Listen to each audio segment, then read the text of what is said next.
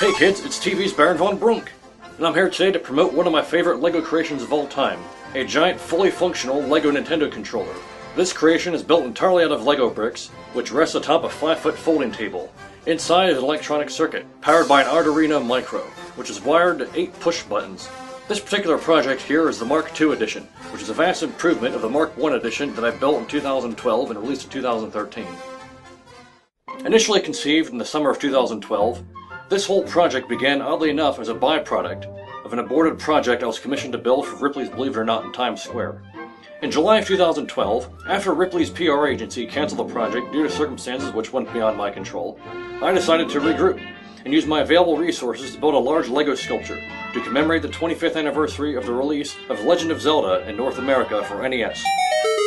However, I decided to build this project for myself using my own pieces and not for Ripley's, and to put myself to the ultimate test, as opposed to making a giant 5-foot hollow chunk of plastic, by rigging this thing with electronics to play games.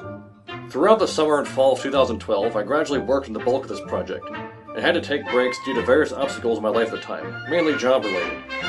During this period, I made several aesthetic additions to the controller, such as installing a removable roof with large modular plates. By the end of 2012, I installed the electronic innards of this project by hacking apart the circuit board of an NES controller. At the time, my electronic skills were novice, but the task simply consisted of rerouting wires to the solder contacts of a microcontroller. The wires were then connected to momentary push buttons from Radio Shack, which were activated by the larger buttons making contact and reciprocating with Technic shock absorbers. Thus, the Mk.I edition of this controller was able to play games on an authentic Nintendo Entertainment System, but could also play emulators with the usage of a USB adapter. Initially, this controller was photographed and released publicly on New Year's Day 2013. In 2015, I decided to rebuild parts of this controller in order to showcase it better at conventions.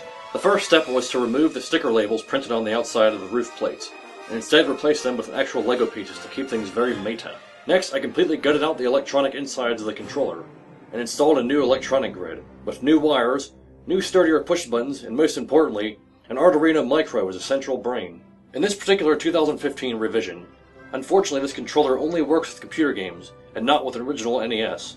This is because the previous Mk.I edition used an actual hacked NES controller as the central brain. However, to keep things more versatile, and to give me more control with the computer, I decided to use the Arduino as a central circuit. Here's how the controller works in layman's terms. The large buttons are suspended with Technic shock absorbers, and when pressed, the buttons make contact with small momentary push buttons. The small push buttons are wired into a tiny circuit connected to an Arduino Micro, which is connected to my computer with an ordinary micro USB cord. The Arduino's code assigns its digital output pins to act as keyboard signals. Then to use this controller to play computer games, I simply assign it to an external gamepad and calibrate its buttons, which the computer reads as keystrokes. This Arduino code and prototype was successfully tested by me on a small breadboard with tactile buttons, and using an NES emulator of Super Mario Bros. 3.